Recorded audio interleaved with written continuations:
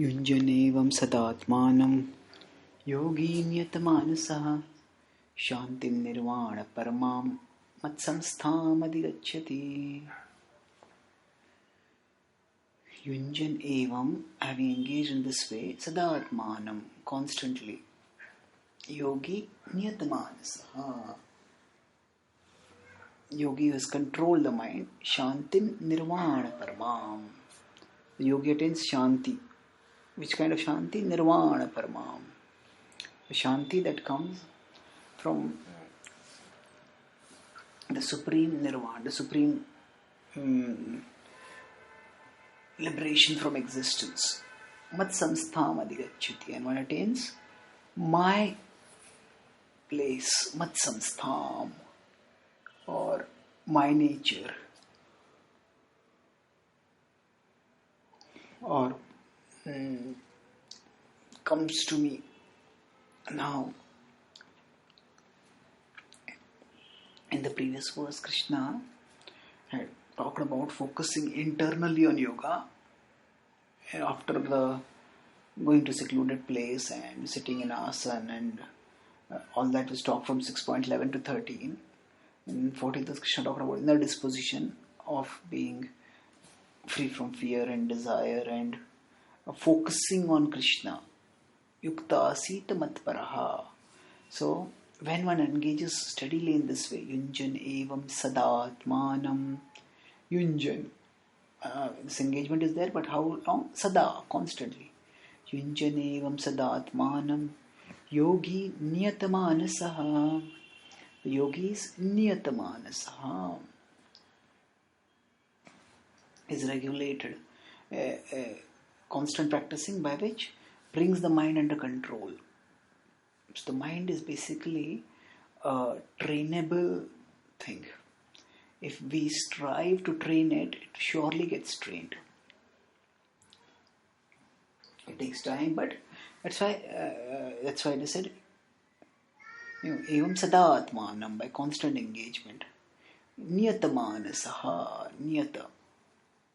The yogi engages constantly, and by that the mind comes under control. Shantim nirvana paramam. So the word nirvana, we've discussed, has come several times in the Bhagavad Gita. That it has come firstly in the second chapter 2.72.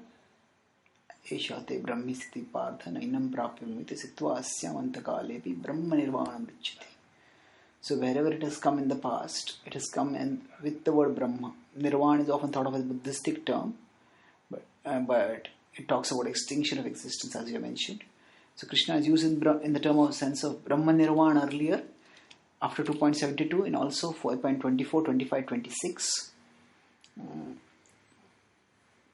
There also the word is Brahma Nirvana. Here Krishna is using the word Nirvana Paramam. So Nirvana usually just means extinction of existence, but here Krishna is talking about not just Nirvana, the highest Nirvana, the transcendental Nirvana. This refers to extinction of material existence followed by the transfer to spiritual existence. And so by the practice of yoga, when one's mind gets regulated, then one no longer pursues material things. One no longer pursues material pleasures, and that way one's material existence ends. But then, because there is also the positive focus, which is mentioned yukta asita matparaha in 6.14d, last line. So because of that positive focus, there is not just nirvana, but there is paramam. So one goes into the spiritual level of existence. Not only does one end on material existence, I mean, with this path, the end of the material existence is considered the success. But after end of material existence, there is the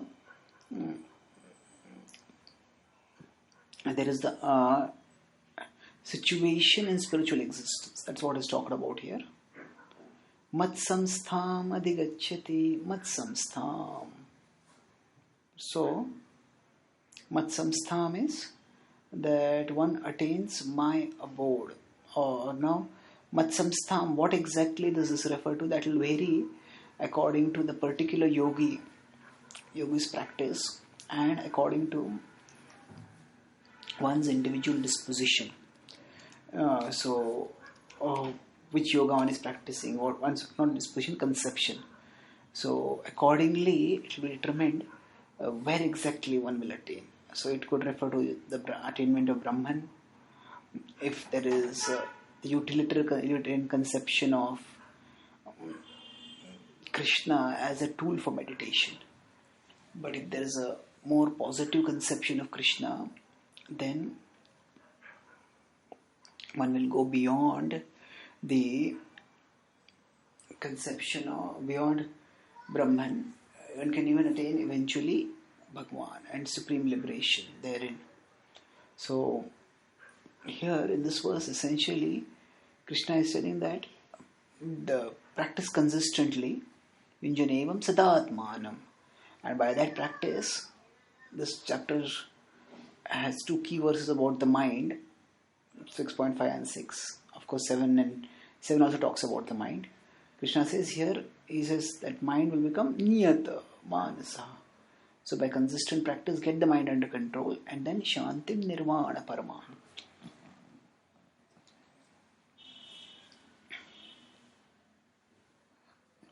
So now it's interesting, Krishna has used the word shanti over here. So I think shanti is not just in the context of the war, like the shanti, the peace attained through a peace treaty, but it's the shanti, inner shanti that comes from the pacification of desires, not just the pacification of the mind that comes by, we could say, the regulation of the mind, the conquest of the mind through the cessation of desire. So shantim nirvana paramam. Essentially Krishna is saying practice yoga regularly, by which you will be able to attain the supreme perfection.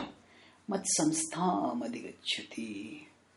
So the transition from material existence to spiritual existence requires consistent practice, and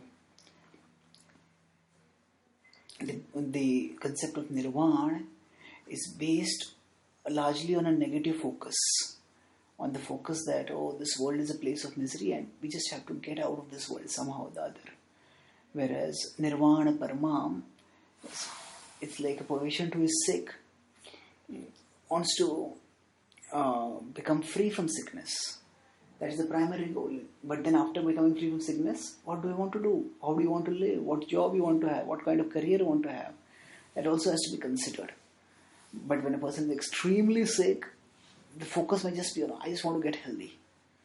However, if one has already a promise and a dream of how one will live after one becomes healthy, then it becomes much easier to get the inspiration to take the serious treatment to eventually become healthy.